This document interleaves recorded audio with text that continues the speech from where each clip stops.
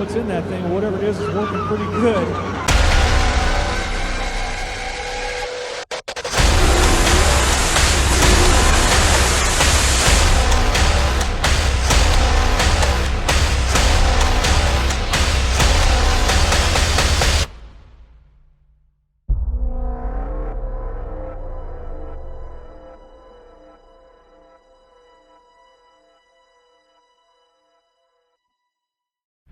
It's Bruce Morehouse is my name.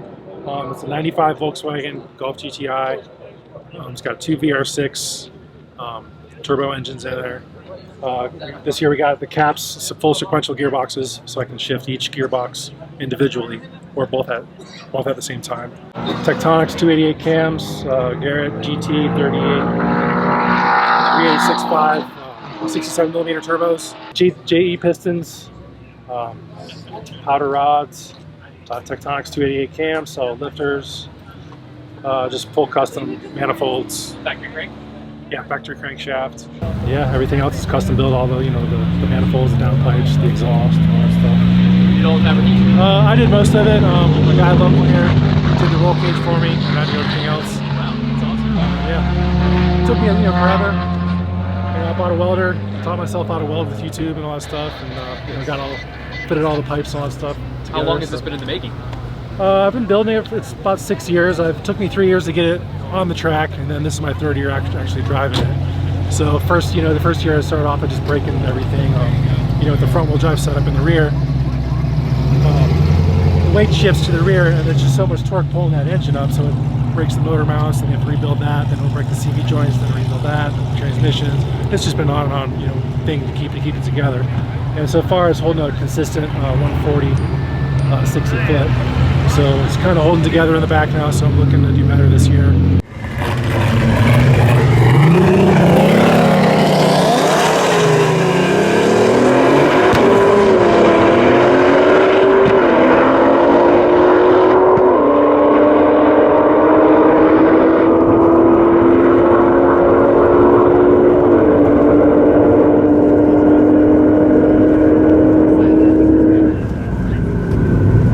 All the fans. What's going on, guys? Bruce Morehouse, 95 GTI, Ryan Randals in his BRZ. Is he really out there? I think that's somebody added the wrong name, but that's okay, because that looked a lot like a CTSV. How much horsepower is Each one dyno's at about 720 at my house, which is at 9,000 feet elevation. So I haven't had a dyno anywhere else. So.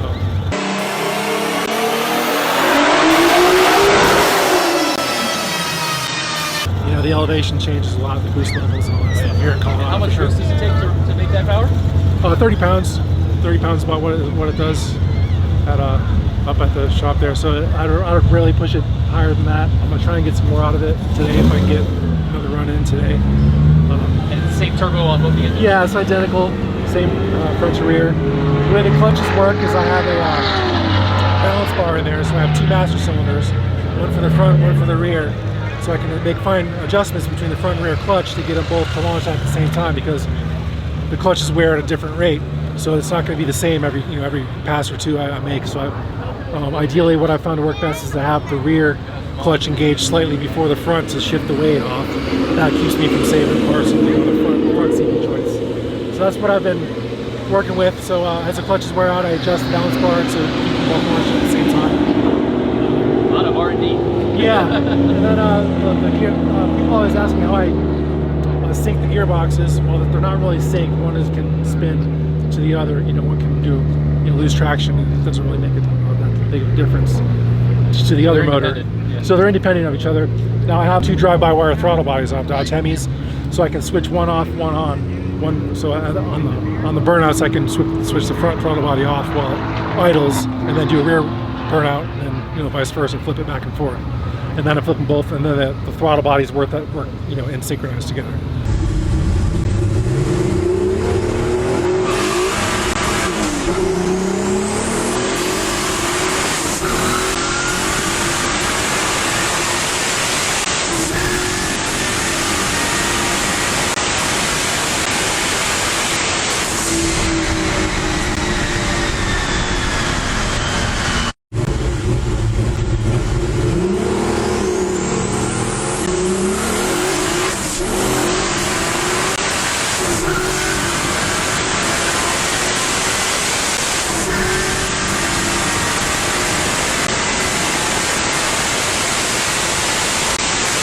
In the future, what I have planned is to help with the traction issue I'm having now. Now I'm starting to, now it's holding together, so now I can start working with some of the computer stuff to get it to go faster. What I need to do is get on the first and second gear, the front wheels just do a burnout as the weight shifts. So if I can get the traction control to read off the rear differential Hal sender to send that information to the front gearbox to pull timing out of the front engine, first and second gear, that'll give me more traction and more, get me faster through first and second gear. So that's what I'm going to work on next. Now that it's holding the launch is good. The gearboxes seem to be good, so now I can work on trying to get the car quicker. Very cool. What engine management is it on? It's on Them's engine management. Electronic puts it all together for Volkswagens. I do all the tuning myself. So I do everything here. Shop, or you just it's a hobby of yours? It's just a hobby of mine. I live up in the mountains, and all my free time goes into this. And you can't really, to build something like this, you can't put a price tag on it. It's something I have to do at home. So if I need to learn how to tune something, I'll watch the YouTube videos or take the class or learn, or just spend the time put in the work. So that's what I do. Yeah, That's awesome, man. A lot of props, man. Yeah, thank you. Definitely, in my opinion, one of the most unique parts of the event. Thank you. I exploded my transmission case last year, so I was going through those. So Cab Sequential has a full billet case with 6-speed straight cut gears, which I used this year, and I haven't. I'm still testing them. They've been working well so far. Drive Shaft Shop made some new outer CV joints, which I was snapping constantly. So those are made out of 300M steel material, which I haven't broke one yet, so that's good. Full tube in-fab control arms, and then I made custom traction bars to keep the toe from pushing forward on launches. You did that all yourself? I did that all myself. All that stuff, all the tube chassis and the front and rears, I did that all myself. It was done by somebody else at first, but I broke everything in that, and then I cut it all off and rebuilt it new. So that's all built by me now. And cooling system, I think I saw, is it air and water system?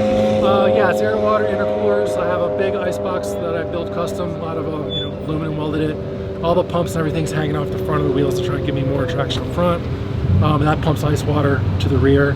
I have 2-speed factory Honda radiators, one on top of each other, and that pumps the coolant system from front to rear that way. That's awesome. You designed all that yourself? Yep. That's great, man. Yeah, thanks. Have you ever run this thing in the quarter? Or? Yeah, I run it in the quarter mainly is my goal to get the car to run good quarter miles. 9.0 is the best time so far. I'm hoping to do better than that this year with the new drivetrain setup that I have. So 9.0 at what mile an hour? My best mile an hour is like 163.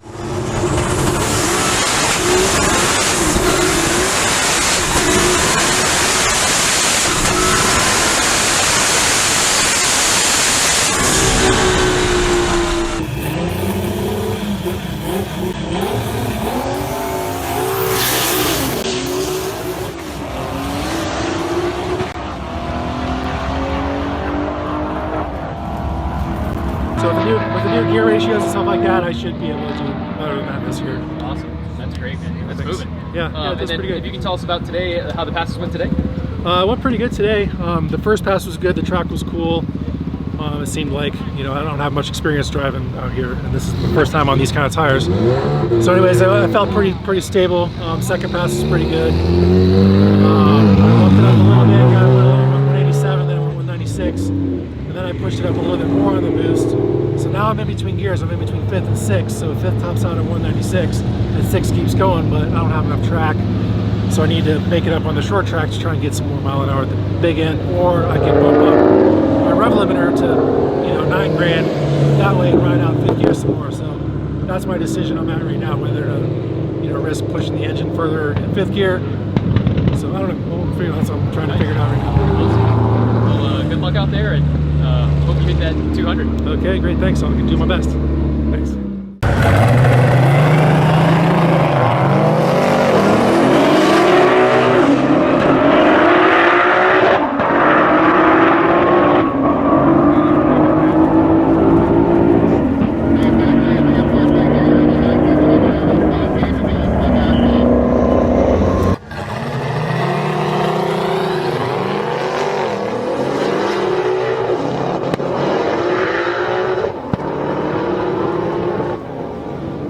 Volkswagen's no joke. Already been a best of 195 and change.